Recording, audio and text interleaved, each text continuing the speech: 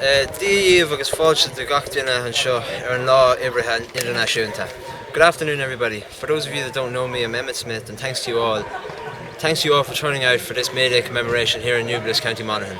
I'm honoured to have been asked to chair this event to commemorate International Workers' Day and to remember the area's the connection to Socialist, Republican, Trade Unionist and signatory to the Irish Proclamation, James Connolly. I'll just give a few words and then hand over to our main speaker before we lay a wreath to mark the event.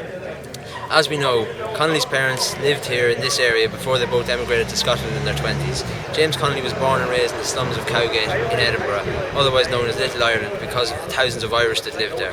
17 years before he played a leading role in the 1916 Rising, Connolly spoke at a workers' meeting in the Diamond in Clonus, and his connections to this county are a great source of pride for all of us gathered here today.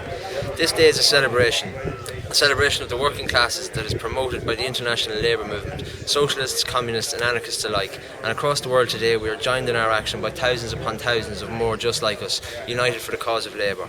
A May Day demonstration taking place in Dublin later today will focus on the country's housing crisis, which sees more than 2,500 working class children enduring homelessness. At the same time, we have hundreds of thousands of empty houses across the country. Solidarity to those who struggle against austerity and privatisation, to those who struggle against imperialism and those who struggle against racism. Solidarity to those who struggle in the workplaces through the trade union movement and those who struggle outside of the workplaces in their communities.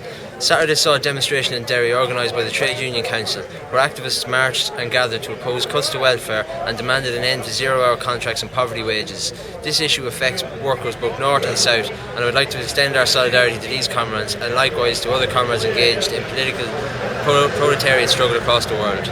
Friends, since the economic crisis of 2008, we have seen brutal austerity regimes that have viciously attacked the international working class, but these attacks have led in turn to anti-austerity movements, and these movements have renewed and revived strength to the forces of the left.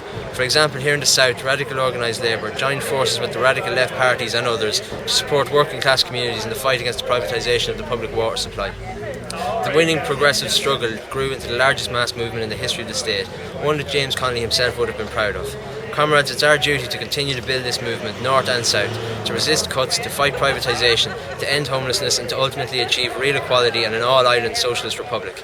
In the words of James Connolly, we believe in constitutional action in normal times. We believe in revolutionary action in exceptional times. With unprecedented levels of inequality, with capitalism in an ever-deepening crisis, with Trump in the White House and Brexit looming, there can be no doubt that these are truly exceptional times. Here's to fighting and hoping.